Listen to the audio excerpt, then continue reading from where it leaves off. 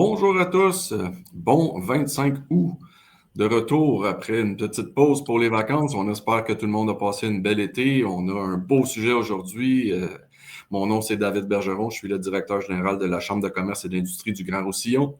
Aujourd'hui, on est avec Yves Taillon, directeur général de Bureau en gros à Châteauguay et aussi administrateur de la Chambre de commerce. Yves, merci beaucoup d'être avec nous aujourd'hui. On va discuter avec toi aujourd'hui de la nouvelle réalité du commerce de détail post-pandémie, puis le virage vers où est-ce qu'on s'en va avec tout ce beau domaine-là. Premièrement, je vais répéter un petit peu la formule des dîners-causeries. On est là pour découvrir un de nos administrateurs, qu'on puisse mettre des visages en arrière de qui s'occupe avec la Chambre, qui travaille avec la Chambre de commerce, pour donner aussi une saveur plus personnelle. Et en même temps, on profite de l'expertise de nos administrateurs pour en profiter à tous nos membres, au grand public, à peu importe qui est avec nous aujourd'hui. Donc, je réitère, merci beaucoup Yves. Je vais te laisser la parole, Yves, pour te présenter, puis nous faire un petit résumé de ton parcours professionnel pour qu'on apprenne à mieux te connaître. Merci, puis bonjour à tout le monde. Merci, David, de me donner l'opportunité de parler aux gens en dehors du magasin et en dehors des activités qu'on fait au niveau de la Chambre. Écoutez, moi, ça fait longtemps que je suis dans le commerce de détail. En fait, j'ai commencé en 85 quand j'étais étudiant à l'université. Puis, en musique, en passant, c'était pas en business, là. Et puis, de fil en aiguille, je me suis ramassé dans des postes de gestion. Et j'ai mon premier magasin en 91 comme directeur général. Les 15 premières années de retail que j'ai fait, c'était dans des centres de rénovation, donc des membres Rona. J'étais rénovateur Rona, Rona l'entrepôt. J'ai travaillé aussi pour le groupe Val-Royal à l'époque. J'étais aussi co-actionnaire d'un magasin Rona rénovateur au début des années 90. Puis c'est pas mal là la première fois que je me suis inscrit dans une chambre de commerce. On avait acheté un magasin à 3 gars, puis on arrive d'un marché qu'on ne connaît pas, puis on n'est pas connu comme actionnaire. Donc, tout de suite, on s'est dit que ce serait une bonne idée de se créer des liens puis un réseau. Et puis, ça, c'était pas mal mes 15 premières années. Ensuite, j'ai joint Bureau en gros en 2000. Donc, c'est ma 23e année comme directeur de magasin chez Bureau en gros. Donc, c'est pas mal ça, mon historique. À travers ça, j'ai été membre de plusieurs conseils d'administration d'organismes. Je suis encore actuellement dans 3 organismes, évidemment la Chambre. Il y a la Fondation du Collège Héritage chez Châteauguay et Bière et Saveurs, qui est de Chambly, qui est le plus gros festival de bière de Mino au Québec. Donc, ça, c'est pas mal mon implication communautaire. Super. Quelqu'un de très occupé. C'est quand même... c'est évident. Tu nous as mentionné que tu t'as commencé à t'affilier avec les chambres de commerce. Ça fait autour des années 90 environ? Oui, ma première carte de membership que j'ai eue dans ma poche, de mémoire, c'était en 92, 93. Donc, ça fait une trentaine d'années là, que je suis membre de différentes chambres de commerce. C'est excellent, ça. Un vétéran et quelqu'un qui a beaucoup d'expérience. Est-ce que tu es capable d'expliquer à les gens qui nous regardent aujourd'hui pourquoi est-ce que tu as voulu t'associer à une chambre de commerce avec un parcours professionnel au tout début? C'est la même affaire que quelqu'un qui se lance en politique. Si tu fais juste ta campagne à travers Facebook puis tu ne serres pas de main, c'est correct. Là, tu vas te faire connaître, mais tu n'auras pas de contact. Puis les liens étroits que tu peux tisser avec des gens que tu rencontres, ça va bien au-delà d'une connaissance. Moi, je n'ai pas fait d'MBA. Je maîtrise en musique, mais là, je suis en business. Puis je vais te dire, à travers les années, dans les différentes chambres, les activités, les CA que j'ai faites, je te dirais que même si je travaille dans le retail puis que c'est des magasins corporatifs, tu développes quand même tout ton côté entrepreneuriat puis tu apprends beaucoup des autres. Donc, je pense que c'est un des éléments. Comme gestionnaire, je suis un bien meilleur gestionnaire parce que je me suis impliqué beaucoup puis que j'ai rencontré plein de monde puis que j'ai appris plein de choses que j'aurais même pas appris, même pas à l'école. Donc, au-delà des contacts, tu as réussi à aller développer des relations d'affaires, à aller chercher de l'expertise, des choses que normalement, on ne retrouve peut-être pas sur les bancs d'école. Effectivement. Et puis, dans mon réseau de contacts d'aujourd'hui, il y a des gens qui sont vraiment sensationnels, là. Donc, ça va au-delà de juste des connaissances, là. C'est des gens qui peuvent vraiment t'aider quand tu as besoin de conseils. C'est bien, c'est bien. Puis c'est toutes des bonnes raisons de se joindre aux chambres de commerce puis de participer aussi au développement économique de la région et de la vie communautaire. C'est sûr qu'en étant directeur de magasin comme Bureau en gros, est-ce que le core de la business, ça reste les entreprises, les petites PME de la région, tout ça. C'est sûr que je suis pas mal, pas faire un jeu de mots avec une ancienne bière de libre, mais je suis un petit peu dans l'épicentre là, de ce qui se passe au niveau de la business, en plus d'être membre du conseil. Mais tu sais, je parle à beaucoup de monde. J'ai l'occasion de rencontrer plein de gens ici en succursale parce que tous les business, à quelque part, ils vont venir faire un tour à un moment donné. Donc, j'ai un beau guichet ici, justement, pour mesurer un petit peu où est-ce qu'on s'en va là, en business dans la région. Oui, c'est entièrement vrai. Super. Écoute, merci Yves de nous avoir entretenu un petit peu. Là, on a appris à mieux te connaître puis voir un peu qu'est-ce que tu as accompli. Je suggère qu'on passe au sujet du jour. Ouais. Puis là, je vais te laisser aller. Tu voulais nous entretenir sur les nouvelles réalités du commerce de détail aujourd'hui, puis un petit peu la transformation qui est en train de s'effectuer, puis vers où on s'en va. Donc, le micro est à toi. Ben, écoutez, moi, je peux parler d'une partie de ce que je connais. En fait, en étant dans une grosse boîte comme Bureau en gros, c'est sûr que c'est pas comme le petit commerçant qui est une petite entreprise familiale du coin de la rue, une pâtisserie ou peu importe, là. Mais il y a quand même des tendances qui se... comment je pourrais dire ça? Il y a des choses qu'on voit qui, peu importe dans quelle sphère d'activité que tu vas être au niveau du retail, il y a quand même un fil conducteur. C'est vrai qu'il y a eu une accélération des ventes en ligne avec la pandémie. Nous, chez Bureau en gros, on était déjà extrêmement proactifs avec ça parce qu'on était déjà en omnicanal, en omnichannel, les ventes hybrides là, en succursale, en ligne, que tu peux placer tes commandes en magasin sur le site web, tu peux acheter en ligne, ramasser en magasin. Donc, c'est ça des choses qu'on faisait déjà. Et oui, il y a eu une accélération de la business en ligne. Il faut comprendre que la business en ligne, ce n'est pas sur tout au complet. Ça ne touche pas les services.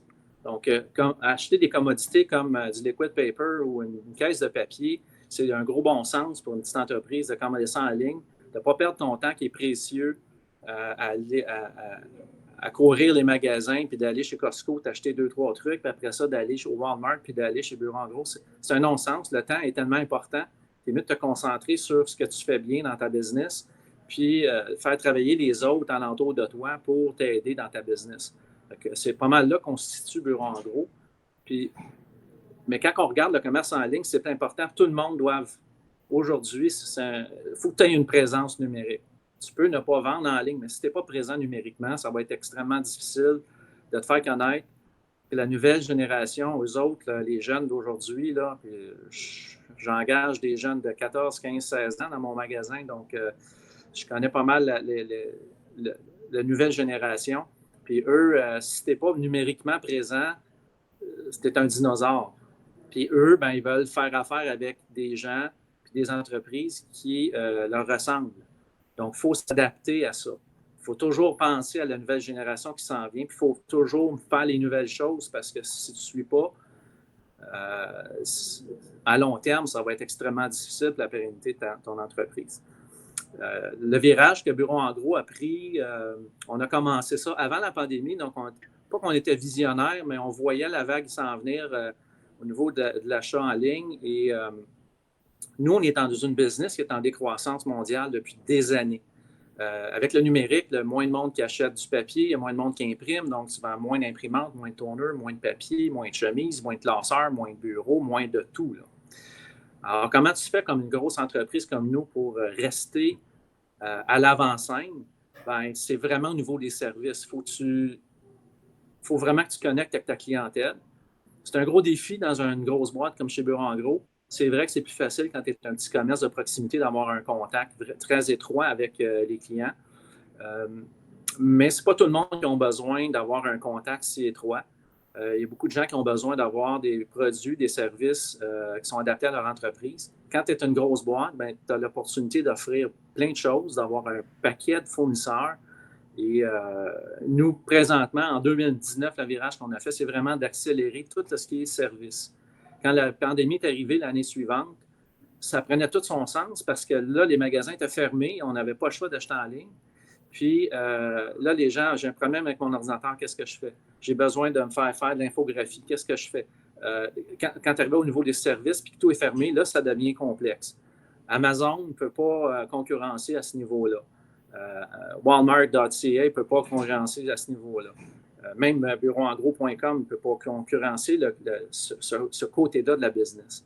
Donc, si j'avais un message à lancer aux gens qui sont en affaires, qui sont dans le commerce de détail, les commodités que vous avez, c'est correct de les vendre en ligne.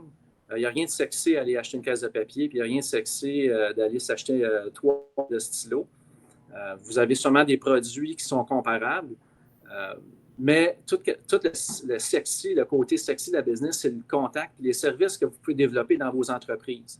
Donc, moi, c'est le message que je vous lance, puis c'est vraiment vers ça que ça s'en va. On a commencé une transformation chez Bureau en Gros en fin 2019. On a ouvert nos premiers nouveaux magasins transformés. Sur la rive-sud de Montréal, il y a le magasin de Saint-Bruno qui a été rénové à l'automne dernier.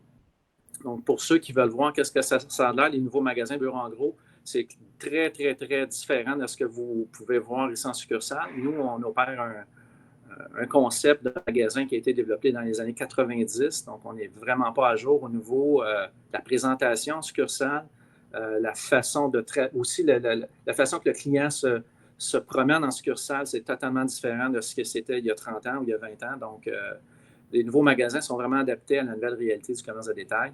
Donc, ici, c'est un mode hybride pour l'instant. Ah oui, wow, ben, c'est quand même beaucoup d'informations. Tu as un petit peu devancé ma question là, quand que j'avais préparé une question pour te demander quel conseil tu pourrais donner aux gens qui ont des commerces de détail ou des commerces de proximité. Mais ce que j'ai retenu, toi, de ton explication, c'est, corrige-moi si je me trompe, c'est tout est dans l'exécution.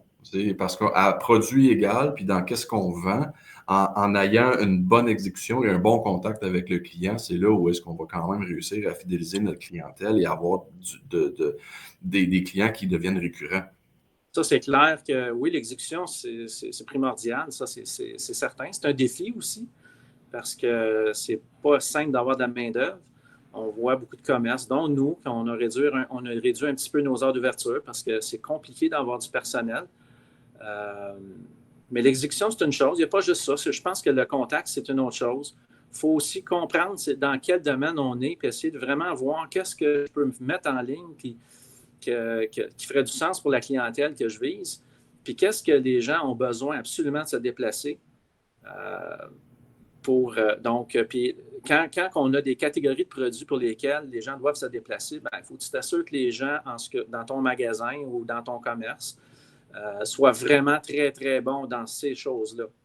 Qu'un employé ne sache pas tellement comment fonctionne un cartable, c'est pas vraiment important, mais la personne qui vient acheter 25 chaises pour sa salle de conférence, tu as besoin de comprendre la réalité du client, dans quel environnement ça va se placer, puis être capable de recommander les bonnes choses. Là. Donc, c'est tout un rapport à ça. Donc, si vous avez un focus à mettre, beaucoup au niveau des services, puis assurez-vous d'être super sur la coche dans ce que vous contrôlez à ce niveau-là.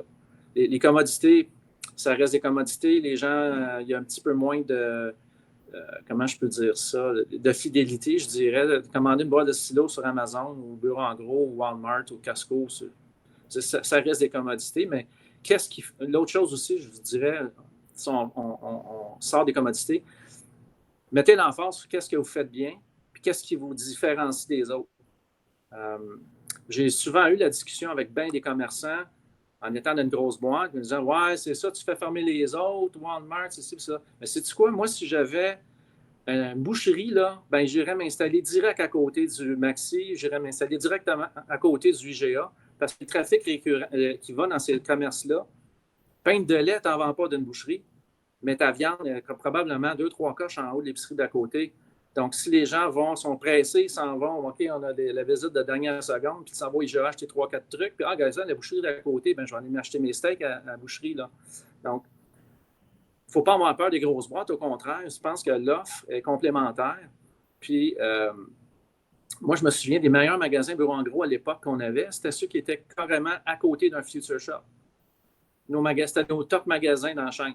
Dès qu'on mettait un magasin à côté d'un Future Shop, nous, on vend aux entreprises. On n'est pas nécessairement reconnu comme une chaîne de magasins d'électronique, mais on a une belle offre, surtout pour les entreprises. Donc, ça avait plein de bon sens. Puis, il y a beaucoup de commerces, là. Il ne faut pas avoir peur des grosses boîtes, au contraire. Il faut regarder ce qu'on fait bien, puis mettre l'emphase là-dessus, puis mettez le spotlight sur ça. Vous allez voir, ça va faire toute la différence dans vos commerces. Quand tu as parlé tantôt de la présence numérique, il y a beaucoup de gens qui ont perçu ça comme une menace au début, le numérique.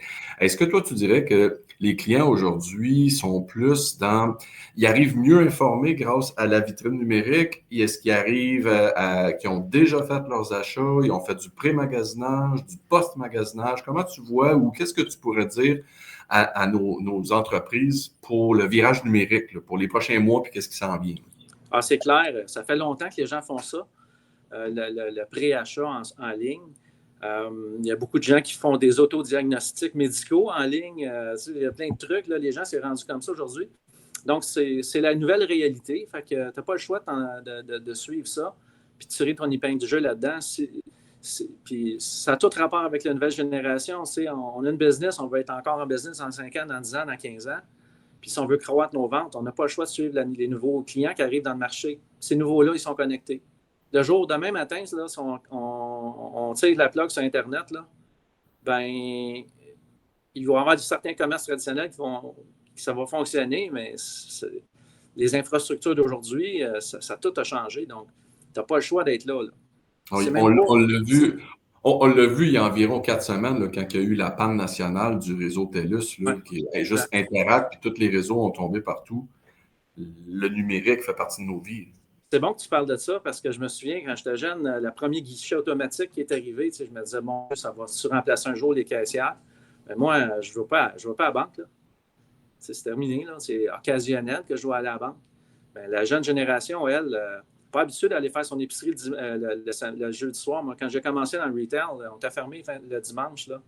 Puis, à l'époque, tout le monde allait faire les épiceries le jeudi soir, mais c'était le jour de la paye le jeudi. Puis, les fins de semaine, c'était occupé d'un magasin. Moi, mes enfants, ils n'ont aucune idée de quoi je parle quand je le dis ça. Pour eux autres, là, c'est les arpents verts, là, c'est l'ancien temps. Mais l'ancien temps, ça ne fait pas longtemps aujourd'hui. Là. Il y a 2 jours, 3 jours, 1 an, 2 ans, 3 ans. Il faut regarder vers le futur, puis on n'a pas le choix. C'est la réalité, c'est la nouvelle réalité. Donc, il ne faut pas être réticent à ça. Il faut au contraire regarder ça. Puis le changement, c'est pas mauvais. Il y a beaucoup de gens qui sont réticents au changement puis qui sont négatifs à quelque part. Les gens prennent beaucoup de temps au lieu de prendre ton énergie puis de concentrer sur OK, ça change. Qu'est-ce que je peux faire pour en tirer profit? Il faut le regarder comme ça. C'est un bon problème. Puis le changement, ça doit devenir ton ami parce que plus ça va vite. Donc, si tu n'es pas capable de t'ajuster rapidement, tu auras de la difficulté comme entrepreneur.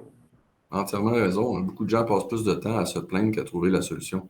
Exact. Donc, c'est beaucoup plus productif d'essayer de travailler en mode solution et puis d'être proactif que de juste s'apitoyer sur son sort. On a eu une question qui nous est parvenue de quelqu'un qui nous regarde, qui nous a demandé comment faire pour répondre à la pénurie de main-d'œuvre, ce qui touche de plein fouet les commerces de détail, les restaurants. As-tu eu cet enjeu-là de ton côté? Puis, quelles sont tes pistes de solution de chez vous? Ben écoute, oui, c'est pas pour rien que nos heures d'ouverture, on a modulé nos heures parce qu'on a un petit peu plus de difficulté à aller chercher du monde. Par contre, pénurie de main-d'œuvre, il faut faire attention. Dans le commerce de détail, on ne demande pas nécessairement un diplôme. Si tu as une shop de soudure, ça prend des soudeurs certifiés, tu ne peux pas engager n'importe qui. Donc, oui, il y a une pénurie de main-d'œuvre spécialisée. Dans le retail, tu n'as pas. une clientèle, mettons, pas une clientèle, mais je veux dire des employés spécialisés avec des diplômes précis, tu n'en as pas nécessairement besoin. Il peut y avoir quelques postes à combler, contrôleurs, des trucs comme ça si tu as besoin, oui, mais de façon générale, tu n'as pas nécessairement besoin d'avoir un diplôme. Donc, nous, maintenant, moi, je gère des entreprises, donc je ne suis pas dans IGA ou je ne suis pas dans une épicerie. Donc, l'employé qui travaille chez moi, il faut qu'il soit capable d'avoir une discussion avec un client d'affaires. Ce n'est pas quelqu'un qui va juste s'affairer à placer de la marchandise en succursale. Donc, il faut que j'essaie de trouver des jeunes qui sont ouverts sur les autres. Donc, on passe beaucoup d'entrevues. On a baissé les... Avant, moi, je n'engageais jamais en bas de 17-18 ans. Puis, depuis un an ou deux, bien, on engage 14-15 ans. Mais oui, on en engage. En fait, on va passer plusieurs entrevues, mais ce que je regarde, ce n'est pas les qualifications, c'est la capacité à connecter avec un client. C'est la personne capable de me regarder dans les yeux, puis qui est capable d'avoir une conversation avec moi, ben je me dis, je peux faire quelque chose avec. Donc, oui, ça se peut que tu doives peut-être investir un peu plus de temps dans la formation de ces gens-là, l'encadrement, puis de la reconnaissance. C'est super important. Les jeunes d'aujourd'hui ils veulent se sentir dans une équipe, ils veulent sentir qu'ils travaillent dans un environnement puis qu'ils vont être capables d'amener quelque chose dans cet environnement-là. Ça n'a pas besoin de révolutionner le monde, mais juste créer un environnement où les employés sont bien, qui ont du plaisir à travailler. Et puis, c'est surprenant, mais les jeunes, ça peut être une porte tournante, ton entreprise, comme si tu peux garder tes jeunes longtemps. Donc, d'investir un petit peu de temps là-dessus. C'est pas parce que les gens sont payés à 15, 16, 17, 18 piastres de l'heure que nécessairement sont contents de leur emploi. Donc, le salaire, c'est une chose, mais les conditions, c'est vraiment autre chose. Ça fait toute la différence. Si tu regardes le virage qu'il y a eu au niveau de l'éducation il y a à peu près une quinzaine d'années, les jeunes d'aujourd'hui étudient en groupe. Moi, je le vois quand on travaille ensemble. Avant, j'avais des employés qui faisaient tout le truc, chacun de leur côté. Puis maintenant, les jeunes travaillent tous ensemble. Ils sont trois pour faire la même chose. Mais c'est comme ça aujourd'hui. Donc, il faut se poser la question, OK, s'ils aiment ça comme ça, ben, qu'est-ce que tu peux créer dans ton environnement pour qu'il y ait du plaisir et qu'ils sentent qu'ils font partie d'une équipe? Puis là, ben, quand tu réussis à faire ça, ben, tes problèmes commencent à s'atténuer parce que tu as moins de rotation de personnel, tu les gardes plus longtemps, puis eux autres vont référer leurs amis. Ouais. Fait que les références, c'est super important. Puis quand que les amis sont là, ben, c'est drôle, mais les gens sont plus absents. Donc, fait que ça, c'est sûr que moi, je parle pour un commerce de détail. C'est certain qu'il y a certains. Tu sais, si tu travailles sur une ferme, par exemple, d'avoir la main-d'œuvre, c'est difficile. Tu n'as pas le choix d'aller à l'extérieur du pays. Là. Les gens ne veulent pas faire nécessairement ce type de travail. Mais moi, qu'est-ce qu'on a fait? C'est vraiment de baisser nos critères au niveau de l'âge d'embauche, puis miser plus sur les qualités interpersonnelles. Donc, c'est là que ça fait une différence. C'est tellement vrai parce que c'est quelque chose que j'entends beaucoup, beaucoup, beaucoup et qu'on voit sur le marché du travail. Avant, on engageait des gens pour le savoir-faire et on négligeait le savoir-être. Et aujourd'hui, on a un revirement de situation. On va engager des gens qui vont avoir un bon savoir-être, qui ont des belles qualités interpersonnelles. Puis après ça, on va leur apprendre qu'est-ce qu'on veut au niveau technique. Donc, exactement. C'est une super belle approche. Puis, même chose aussi pour le fait de travailler en groupe, la synergie qu'on peut créer, aussi bien qu'on traite nos employés, mais ça se reflète dans le service à la clientèle qu'ils vont donner. S'ils voient qu'on a une belle équipe soudée, puis que les gens qui travaillent pour nous sont heureux de travailler dans nos entreprises, c'est toutes des choses qui se transmettent naturellement là, dans le contact humain. Exact. C'est vraiment, vraiment intéressant. Je te remercie beaucoup d'avoir été avec nous, Yves. Ça a été vraiment enrichissant. Tu as une belle expérience, puis des belles choses à nous partager aujourd'hui. Comme on sait que tu es dans on va dire, une période de pointe chez Bureau en Gros avec la rentrée scolaire, ouais. On va te donner une chance d'aller pouvoir casser la croûte avant de retourner à tes obligations. Merci encore d'avoir été avec nous. Soyez des nôtres. Je répète la formule. On fait un petit dîner-causerie. C'est intime. On parle avec un administrateur le dernier jeudi du mois. Donc, on se revoit d'environ un mois. C'est un rendez-vous. Merci encore une fois. À la prochaine.